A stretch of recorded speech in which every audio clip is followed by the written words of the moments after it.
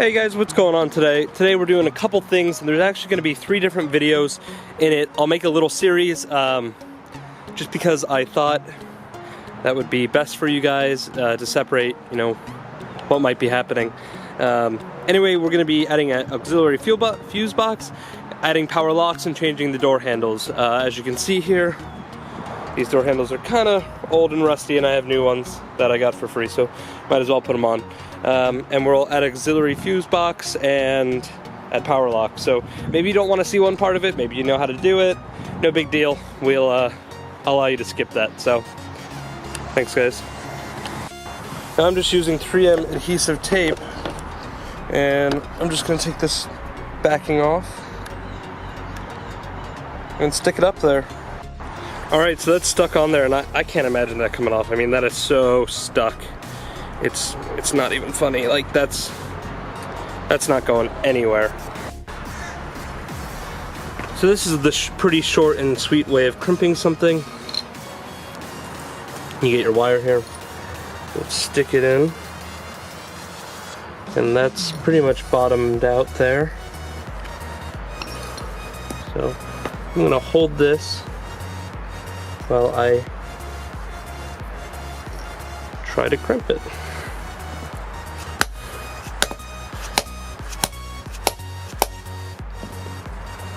I might need a bigger hammer. Oh no, that is crimped on there. All right, we're all done, and now we just have to install it up here. All right, so we put some military-style terminals on there and covered those up. So here's the one last thing I have to be worried about, is the fact that this wire could get cut by the edge. And while I don't think it'll happen, it's just safer to be smart about it and put some split loom on it. Okay, so now I gotta start removing parts of this door panel. Alright, so we removed it, and we want to make sure we save our plastics and stuff. So here's the new door handle in the packaging. We're going to put a new door handle in here, and then we're going to look at how to add a power lock system. Alright, so it's actually started to rain, which sucks, but finally replaced the door handle in it. It's a little bit harder to do than I wanted, but it's replaced on this side, so that is something. I'm kind of working in the cab as it's raining. Luckily I have these rain guards, so it's not like it's getting in the cab with me sitting here. But anyway, so I've replaced it finally, and soon we're going to get ready to mount these power locks.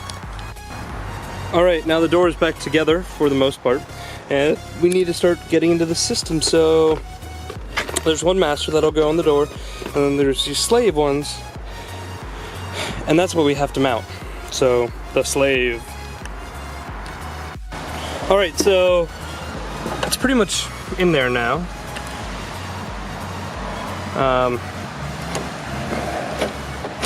That's the idea. Alright, so for the most part we're almost done. The cool part is that it actually works.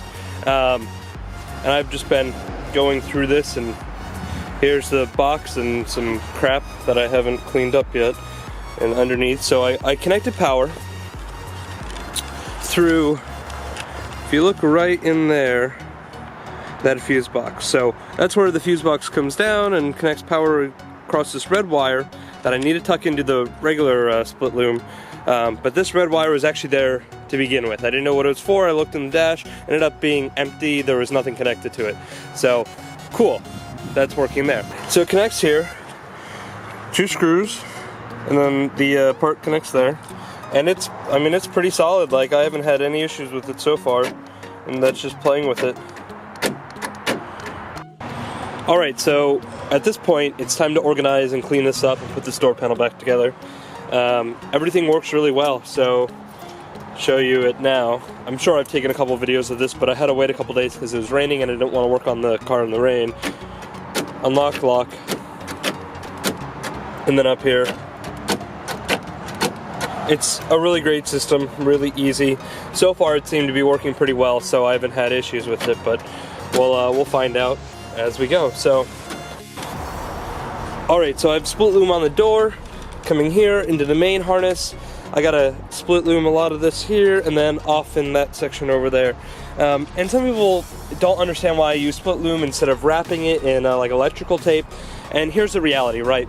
At some point, it's very possible that something's gonna happen with this and I need to remove the wiring.